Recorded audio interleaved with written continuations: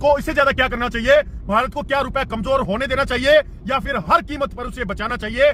सच्चाई दोनों सवालों के बीच में है। भारत को रुपया गिरने की नीति नहीं अपनानी चाहिए, लेकिन भारत को रुपए को जबरदस्ती मजबूत रखने की भी जरूरत नहीं है। आज रुपया 95 से $100 तक पहुंच जाता है और उसके बदले फैक्ट्रियां बढ़ती हैं, निर्यात बढ़ता है, रोजगार बढ़ता है, डेटा सेंटर बढ़ते हैं, डिफेंस मैन्युफैक्चरिंग बढ़ती है, तो ये देश के लिए बहुत सकारात्मक हो सकता है। लेकिन अगर उल्टा होता है, रुपया गिरता है और तेल का आयात बढ़ रहा है, सोना आयात बढ़ रहा है, निर्यात नहीं बढ़ रहा, विदेशी निवेश भाग रहा है, तो खतरे की घंटी है।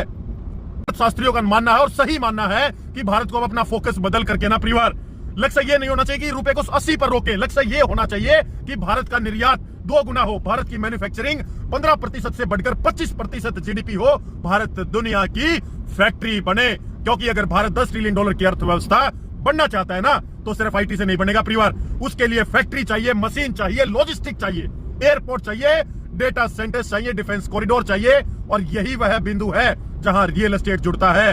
कहां फैक्ट्री लग रही है, कहां रोजगार बन रहा है, कहां उद्योग जा रहा है, यही निवेश है।